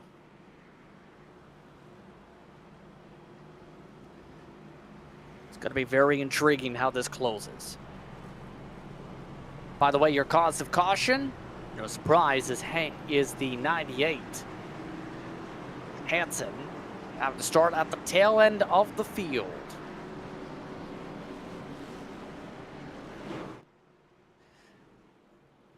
So now, how do you think this will go here as well with the potential of the tandem coming into play? We already know how the single file restarts have gone. How do you try and get this victory with how difficult it's been to take command of a line after a few laps? If you're Eberhard, you just have to be smart. Watch the mirror. If you get this monster launch, don't be afraid to drag the brake a little bit. You know, you don't want to come off the gas, but just try to stay paired up with the pack. Looking at some of the drivers in mid-pack, Miller amongst those also on fresh tires, third highest on those on 4 Goodyear Eagles. Green flags back out. Looking at the heart of the pack, some of the checkups there. Eberhard timed up well, but everyone waiting, all while Rideout looking to ride to the bottom. Yeah, just a little bit of a stack up, and it actually shuffles Jones in the number 3 to the top side. Also, as they dove down into turn number 1, Nichols got shoveled out to the middle groove, and who does Eberhard choose to go? He chooses the low lane, but here comes Nichols. Finding some help from Jones. Nichols back to the point. Just like that, Dreiling on his own to the top as well. 3 wide at the back of the group. 26 cars hold on to the main draft as they come down the front stretch. 16 laps to go from Dega. I could have sworn I just said that Dreiling was going to make it 3 wide. Well, here on the first lap of the restart, making the presence known on the outside there and really trying to carry the momentum, but unfortunately he doesn't have anybody to help him. I'm seeing this middle groove as the most organized. Very tightly compressed, Dreiling with no help up top. Already Turkison amongst those having to close up the gap by more than a second to the pack, elected to go to the bottom. 2 by 2 in the lead group now, 17 spots separated by 1.7 seconds. Nichols, he's been controlling the middle line all throughout the second half of the race. Will it work to get him $300? One driver is rolling into the pit lane, by the way, Haynes. So Haynes appears to be done for the race. The 89 has blown a motor. We stay green. I'm seeing some familiar names line up down on the bottom, and actually Tamer thought about making it 3 wide, but you look at the bottom lane, you've got Eberhard, you've got Johnson, Tamer, and Rideout. I mean, these are 4 drivers that have really been at the front of the field. They know how to be at the front of the field, and they're all lined up together. Now that help coming with Collins. And the most difficult part in all this sequence, eventually Eberhard's going to have to start playing the lines here. Some point, the blocks are going to have to come. Watching who leads this lap, it's going to be tough. I feel like if Eberhard is clear coming up off of 4 by a car length, he's got a shot at it without playing the lanes. But you're right. I feel like coming to the start-finish line, if you are in the middle lane and you've got a good run coming up off of 4, you're in a very good position. Here comes the top. Now they've organized, picking up a 3rd car. Lark trying to pick up momentum, 4th car, as well as Turgeson, as he's continuing to change different lines at the back of that pack, trying to slice and dice his way through. See who leads this lap is at the bottom lane again. Yes, it is Eberhard that comes to start-finish line first. So the reason why I'm making a point of it is at Talladega, that start-finish line is so far down the tri-oval, it can really throw you a curveball if you're not used to it. By the way, Suss has lost touch to this pack, has dropped 5 seconds behind to the second pack. 16 cars with a chance to win it. 10 spots in line for the money, and a near slide up. And now near bubbles. Johnson gets loose in the corner, all with Rideout and several others nearly making contact at that middle line. Now Nichols tries to go for the lead. A block from Eberhardt, 4 wide for the point. It's going to be Johnson down low to lead this lap, and I think Nichols, he's going to be in that sucker hole 4 wide going into turn number 1. The 12 moves down the racetrack just a little bit. We've got contact between Jones and the 12. We still are caution-free 4 wide off of 2. Jones able to hold on to it. Collins not giving a lot of space, electing to stay in the middle. No one giving the space for anyone to drop in a line.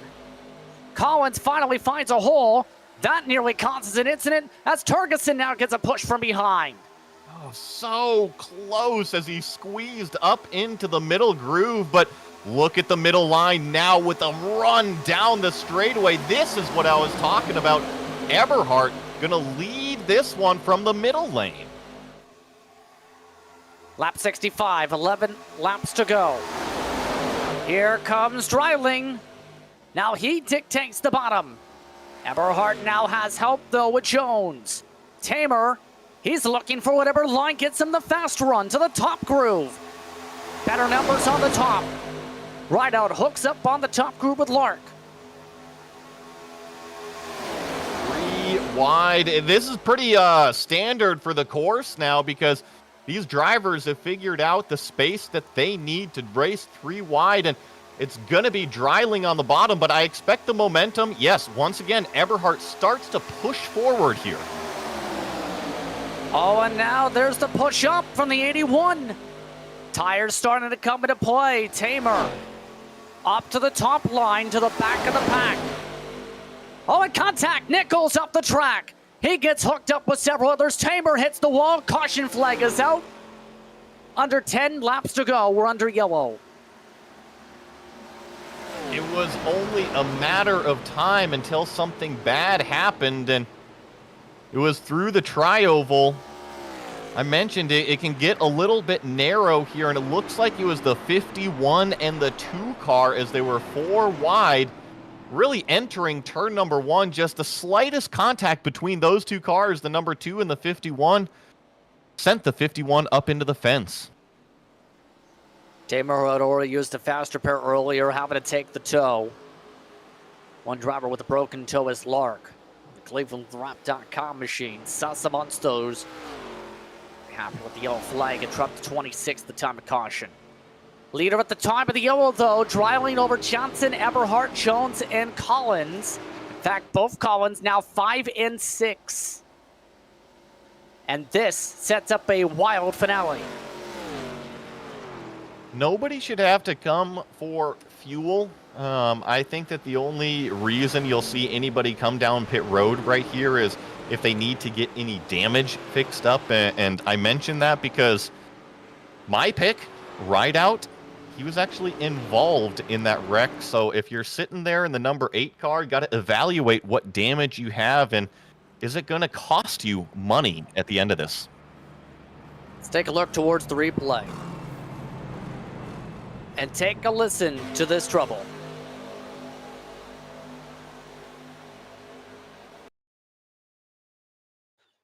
Just could see it happening. And Tamer, who had been shuffled to the top groove after getting loose in the first place, getting some of the worst contact in it. Loose the hood too. Unfortunate. I think that this is natural, though. I shouldn't say natural selection, but as we wind down the laps, that money starts to get more and more real on how close you can to grab it, and the elbows start to come out. See if a couple drivers have faster pairs or not. Lark appears to not because he's having to get the mandatory repairs done. Perone getting an EOL penalty as well. He had been well off the pace at the time of the caution flag and was down a lap. We get back going, looking to be maybe a 6-lap shootout. More than $600 on the line combined for your top 10. Nichols also getting the cause of caution EOL penalty. Nichols confirmed to have come up, air or not. They say he came up. So now that your pick was in the incident, would you like to change it? Oh man, is this like one of them fantasy games that, you know, up until 5 laps to go, I think I can change the driver in my garage? And I would say if so, I like the Eberhardt pick, but I think I'm going to go with a little bit of a wild card here, okay? I'm going to go with the number 44 of Tergeson. Tergeson hasn't led any laps that I know of yet, but himself and Dreiling, they've been two of the most aggressive, and the reason why I'm picking Tergeson back here is sometimes you don't want to be in the front of the pack at the end of these races. It's the guy who picks up the pieces that has the checkered flag at the end. Tergeson currently scored in the 7th position. And keep in mind, this has been a race that's been very difficult to get the lead for consistently. Rideout and Nichols, the only drivers with double-digit laps led. Eberhardt about to reach that, or was about to, until that battle up for the lead with Dreiling.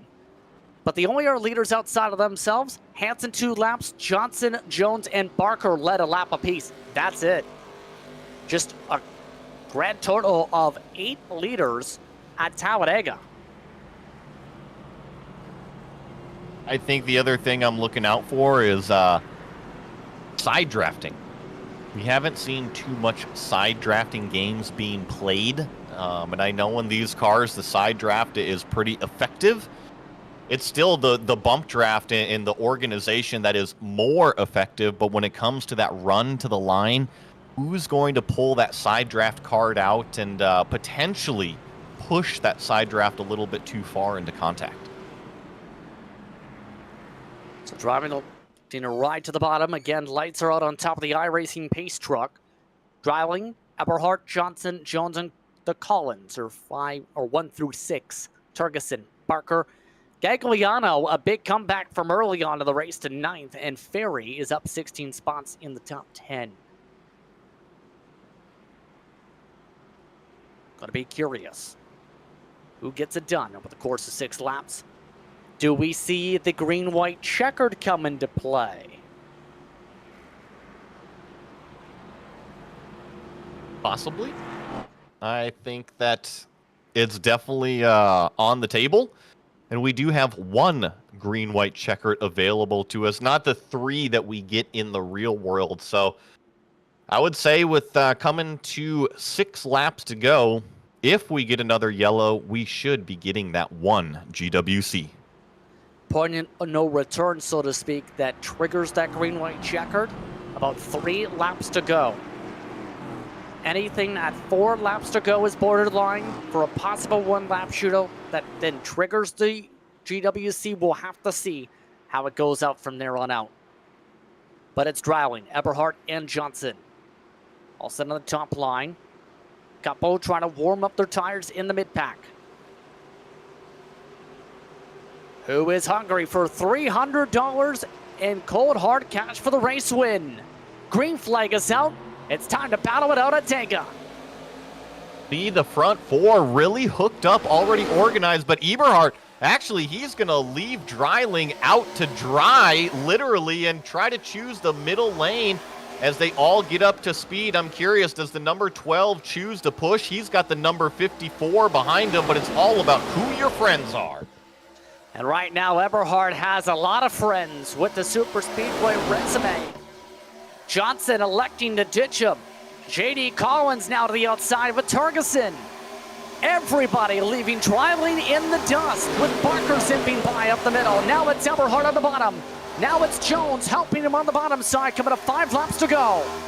Crucially, Johnson slips down into line of that bottom groove led by Eberhardt. Jones, and now he's got the 77 as well as the 54 makes a little bit of contact there. That was Collins hitting the 24 of Rickett going through the tri-oval. Dreiling finally finding some momentum after losing all that track position. Eberhardt and Jones electing to ride the middle. That was a strong line early on in this race. Tergeson trying to pull Jones back, does. Now he's got some help. Rickett pushes the back end of the 44 as they go 3 wide for the lead. The dad bod might not have the acceleration, but it's got the top end once it gets rolling on the high side there. Turgeson, and then we have Eberhardt and Johnson 3 wide for the lead coming up out of 4.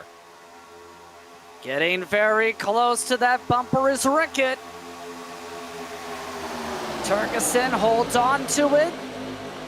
Everybody hold on to your steering wheels. 4 laps to go. And crucially, the middle lane made it to start finish first. I'm curious, are we going to stay green all the way to the end there? Look at how close it's getting. 3 by 3 for literally the top 14, 12 cars. 22 cars are in this main pack. Nobody make a mistake, please. Oh, a small one for the 24. Rickett having a slide. Turgeson loses momentum. Eberhardt again has the best help with Jones on the middle line. 3 laps to go at the stripe. Here comes Turgeson on that top groove. Let's see if this lap he can challenge Eberhardt for the lap lead. But no, once again, we got problems in the back. The 45 into the 12. We got a wreck. Green-white-checkered territory. We go to caution flag is out as half the main pack implodes. We had a mistake. Yeah, I believe this all started. The number 32 car pushes the number 45 in a bump draft coming out of the tri-oval, and this is a talking point that we have touched on several times. When you try to push these cars, it can lift up the back end of the car that you are pushing. It's exactly what happens. And a lot of drivers who had solid runs going now having mandatory damage repairs to end off this race. Mikey Williams in particular. Green-white-checkered is now confirmed. We are now into overtime for Rolling Thunder action for its Thursday night money race. Well, Justin, your pick was Eberhardt, right? Yes. Well, it looks like we have a face-off. Major face-off indeed. If we can, let's take a look at what happened there. As they catch up to the pace truck, this is why the back half of the field imploded. Just the slightest of touches coming out of the tri-oval, but look at all the cars. You see the cars bounce up like that? It's because they're getting hit from the back end, and I know it's a little bit exaggerated during a wreck, but when you are bump drafting, the same effect is happening just to a lesser degree, and that's what kicks it all off. That took out a decent amount of contenders. Expecting them to go to go signal this time by around the racetrack. Eberhardt, Turgeson, Jones, your top 3 on the scoring. And that may be the tough part now for that 44, because I'd be shocked if the 3 doesn't help the 90. But somebody else is going to likely help that 44 if that happens. Bunch of pit stops, by the way, for those with damage. Green, both the Williams, as well as Suss and several more, having to come down for damage repair. And for the most part, if you're back there, going to be hard to have contention because those drivers lost touch with the pack during that shootout prior to the green-white-checker trigger. And with the GWC here, I wouldn't expect somebody to drive up from the back of the pack to the front here in 2 laps, but trust me, these racers have made me eat my words before, and I think it was Dreiling that pretty much did it in the span of a few laps earlier, so I'm curious, but I still think that the cars that we picked, they've worked their way up to the front for a reason, and that's because we're highlighting them, we picked them, and they've got a little bit of extra sauce, I guess. See if they have enough of that special sauce. They're able to get themselves that special hard cash for winning this race. Just 2 drivers out of the race, by the way. even with the faster pair factored in, that is actually surprisingly low for a race like this. Tamer and Haynes, the only 2 drivers out. A couple drivers are still trying to get repairs done, make sure they finish off this race, but 28 out of 30 is very unheard of for Talladega, even with a faster pair. It's unheard of for really any sim race. It's impressive, honestly, if you ask me. And you mentioned 28 of 30, and just a couple are still on pit road getting the stuff fixed. And once the pace truck comes through, I expect them to get rolling. And when they do, the 28 cars that are on the racetrack, they're all still on the lead lap. We've seen what happened the last restart with Dreiling. Some of these other drivers, such as Miller and a couple of the others, the lead car got left out to dry in quick. What happens if that happens again? Because this time it's for the money. I think more blocks will be thrown. I think that if you're trying to stay up front, be aware of the gap that you are creating behind. Don't put yourself in a position that you need to throw a block like that. But I have a feeling a block or 2 is on its way. 1 to go, signal taken. Again, if we get a caution before the white flag waves, the race in turn ends under yellow. If we take the white flag, it's a race to the checkered, as simple as that. No cautions to freeze the field if there's an incident on that final lap. If there is any calamity on that final lap, well, you better find a way through it. And if you're looking for the aggressive drivers, keep an eye on the 83 of Dreiling. Remember, he was up front before he got kind of shuffled out because of the guys going by him paired up, but he's proven himself as one of the more aggressive drivers. So watch that 83 to also make some moves out there.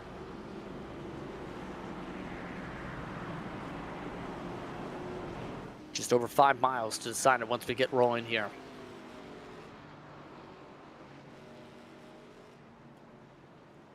Again, all this in the lead up to the series and its inaugural season coming up in October. For information, join the league Discord for action-packed details and registration information. Who picks up the win in its monthly money race tonight for Rolling Thunder Racing Series? Will it be Eberhardt with another super speedway cash victory? Will it be Tergeson to find his way to manage the dad bod machine to the point? Will it be Jones find his way to checkered flag glory?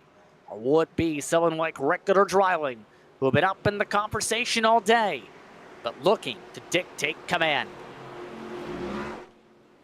2 laps to go. Coming to the green flag. More than 5 miles left. What's decided here at Dega? A really, really nice start from Eberhardt.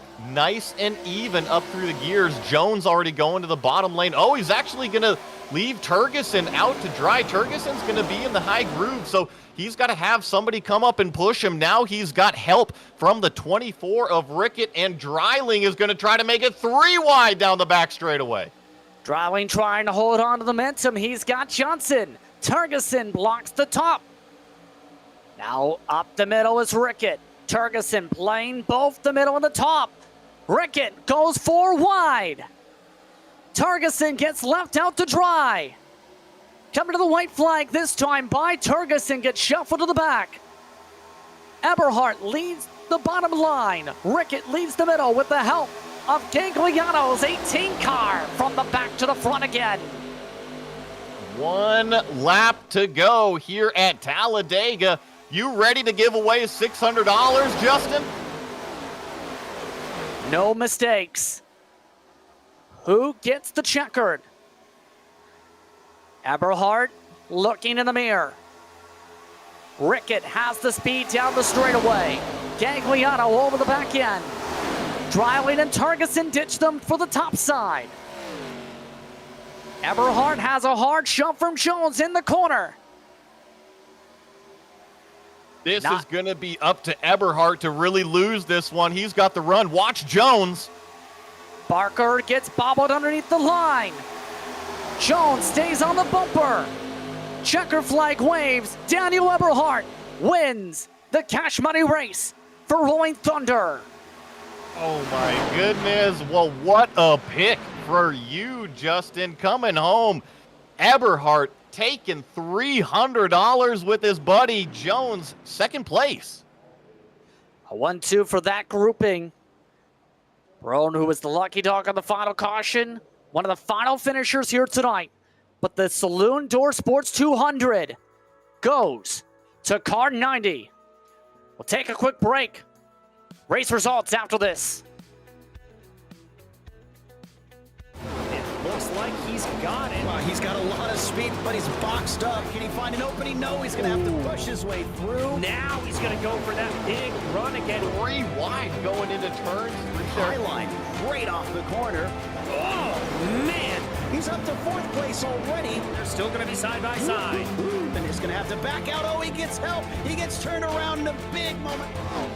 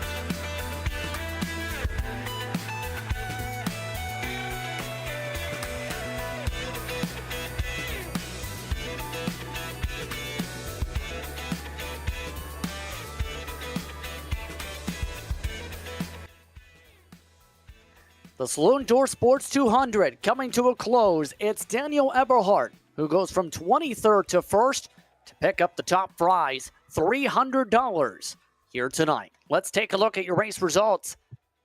His fellow teammate able to help him to the win. It's Dylan Jones in second.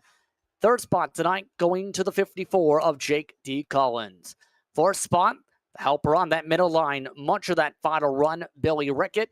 Gagliano, amongst those who was involved in early trouble, able to get back to 5th for the checkered. Then it's Dreiling in 6th, Johnson, Turgeson, Miller, and McCord, your drivers in the green. In 11th place, we got back here Darwin Hansen just outside the top 10. Then Barker in 12th place. Dula running up at the front for a little while, finishes in 13th along with the driver of the number 73 of Noble. Nichols in the 51. Remember, he led a handful of laps after the first half of the race. Comes home with a top 15 finish. Tiffany, 16th here. Suss, another front runner that fell back a little bit to 17th. Williams, 18th. Green in 19th. And Ferry ends up in 20th position.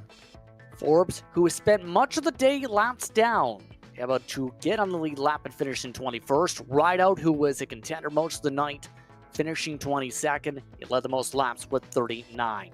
Freeman, Barub, along with Barone. Williams and Lark on the lead lap. Laps down, Collins, Tamer, and Haynes. The final two, the only two DNFs of a field of 30 tonight here from Talladega Superspeedway. With that, it's time to make our way towards virtual victory lane. Daniel Eberhardt picks up the victory tonight. Daniel, once again, a Superspeedway winner. This time, you're $300 richer. First of all, how are you feeling? Heck yeah, man. What a crazy race. What a fun car, man. It just, I just can't believe how this racing works out with this race car. This is the best car, Superspeedway, on the game right now. This is awesome. Thank you for Justin. Is it Justin Rideout? I just met him the other day. Yeah, Justin Rideout. Thank you for putting on this race. Thanks for putting on this, whole thing he's got going. If you're looking for a league to run Gen 4, this is it, because that was a well of a race. Talk us through how you tried to plot things up for that final restart, because it was pretty hectic to try and get this on the Green-white-checkered. Well, I don't know if the admin had to throw a lot of caution, so I didn't know if iRacing had even if it was turned on or what, because there was a lot of cautions thrown. So my logic was, is he going to throw it even if they start wrecking? So you had to wait for the 3 to make a move, and if the 3 made a move, then the 48 or 44 was making a move.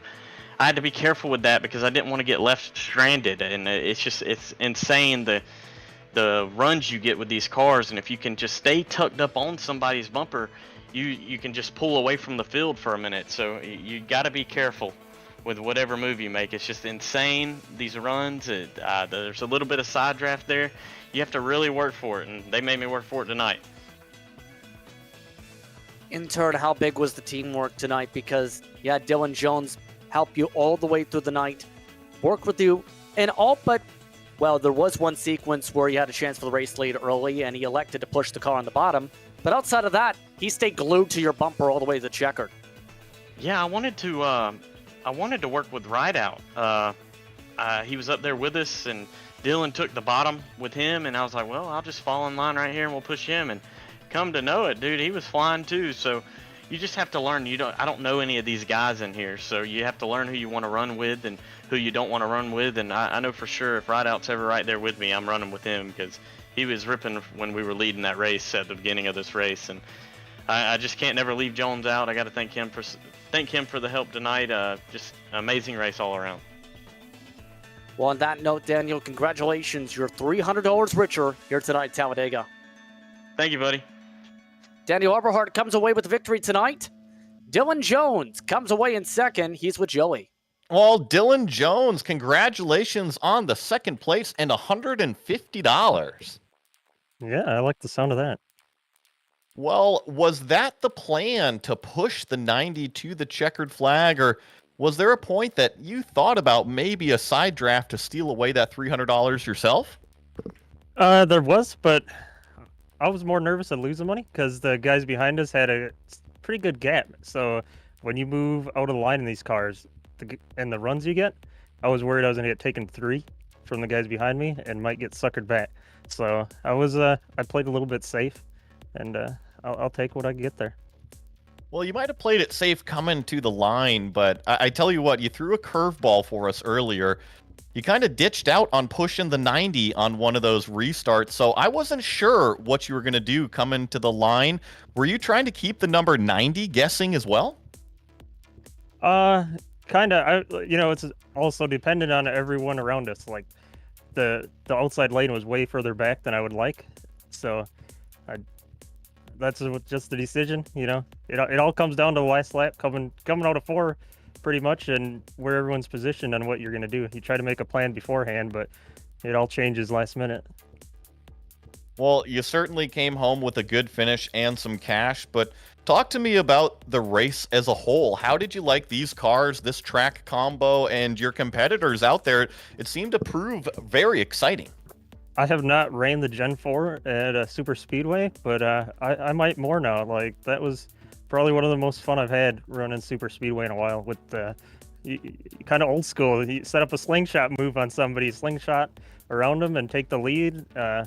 It's not, you ain't got to sit there and try and side draft everyone all over the place. It was tons of fun. That's exactly what we saw as well. Looked like a blast to be out there competing. And Dylan Jones coming home with a second place finish here in the number 3. Thanks, everyone, for putting this on. Third spot tonight going to JD Collins. And Collins amongst those who is a part of a lot of the shuffle in the late stages, including some of the attrition in the early marks. Let's try this one more time. Collins, you're now on the radio. How are you feeling the top 3 run tonight? I guess he is feeling not too great. Let's try this one more time. You're in the broadcast booth. How are you feeling? Feeling good. It was exciting and nervous. It was last. Of course, it's a super speedway, so it has to go down to a green-white-checkered. Let's talk us through how you played things out tonight. I didn't really have too much of a strategy. I just kind of was laying in the back for the first couple, and then I wanted to see if I could try to lead a line. Then I went to the back again because I messed up my pit stop. I mean, it was exciting and kind of a mess for me. I've had cleaner races, but at the end of the day, I came home third.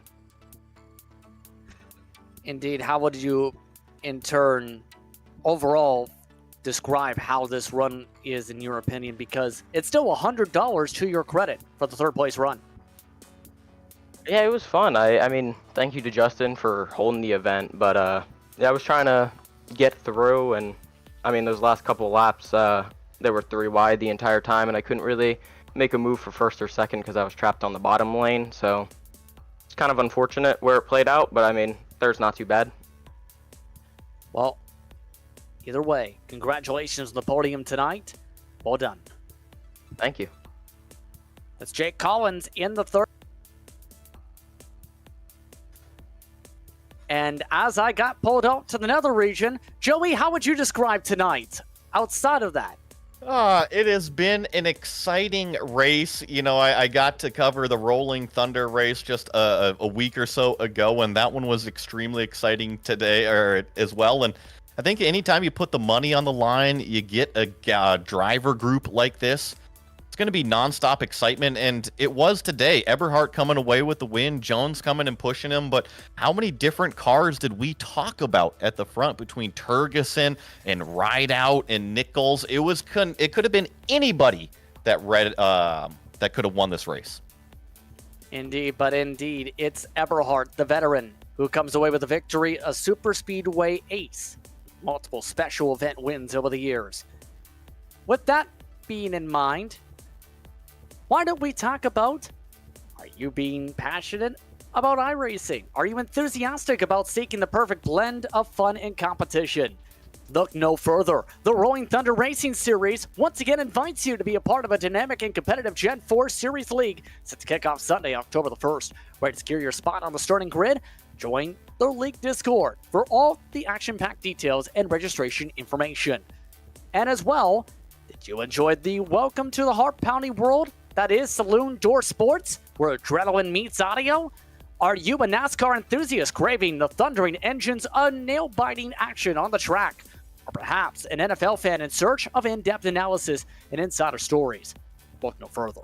Introducing Saloon Door Sports, your one-stop destination for thrilling audio content. Simply fire up your favorite podcasting platform and search for Saloon Door Sports to unlock a world of outstanding NASCAR and NFL podcasts, tailored just for you. But wait, there's more. Saloon Door Sports is proud to announce our exclusive partnership with the electrifying Rolling Thunder Racing Series. Get ready for an unparalleled experience as we bring you exclusive interviews with the winning drivers from every exhilarating race weekend. Don't forget to visit SaloonDoorSports.com. On that note, we'd like to thank you for tuning in for tonight's action here on GSRC, as well as the team today. Joey Atterbury alongside me with Daniel Costello as the producer, with cameras utilized from Dougie Beard. Make sure to check out our social media, website, as well as our merchandise store listed on screen. Don't forget to subscribe to our YouTube channel as well, so you don't miss a moment here on GSRC. Plenty of racing action to go here on GSRC as the week continues.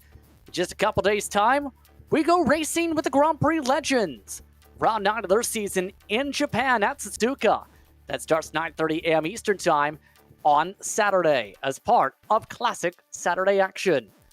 But on that note, it's time to say goodbye. Until next time, race clean, race hard, and we'll see you on the track. It looks like he's got it. He's got a lot of speed, but he's boxed up. Can he find an opening? No, he's going to have to push his way through. Now he's going to go for that big run again. 3 wide going into turns. High line, right off the corner. Oh, man. He's up to 4th place already. They're still going to be side by side. And he's going to have to back out. Oh, he gets help. He gets turned around in a big moment. Oh.